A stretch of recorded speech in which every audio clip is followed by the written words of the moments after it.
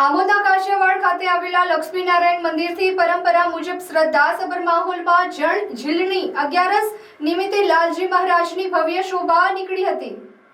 આમોદના કાશિયાવાડ ખાતે આવેલા લક્ષ્મીનારાયણ મંદિરે ધારાસભ્ય ડીકે સ્વામી, આમોદના નગરપાલિકા મુખ્ય અધિકારી પંકજ નાયક, આમોદ શહેર ભાજપ પ્રમુખ મિથુન મોદી, મહામંત્રી હિતેશ શાહ, ભાવિક પટેલ, આમોદ તાલુકા ભાજપ પ્રમુખ દીપક ચૌહાણ, મહામંત્રી હિતેશ પટેલ, મયુરસિંહ રાજ, મંદિરના ટ્રસ્ટીઓ હસમુખ અંબાલાલ પટેલ, કમલેશ ભગત, પ્રમોદ પટેલ સહિત કાશિયા પટેલ સમાજના આગેવાનો દ્વારા આરતી કર્યા બાદ લાલજી મંદિરની પાલખીમાં ભવ્ય શોભાયાત્રા કાઢવામાં આવી હતી।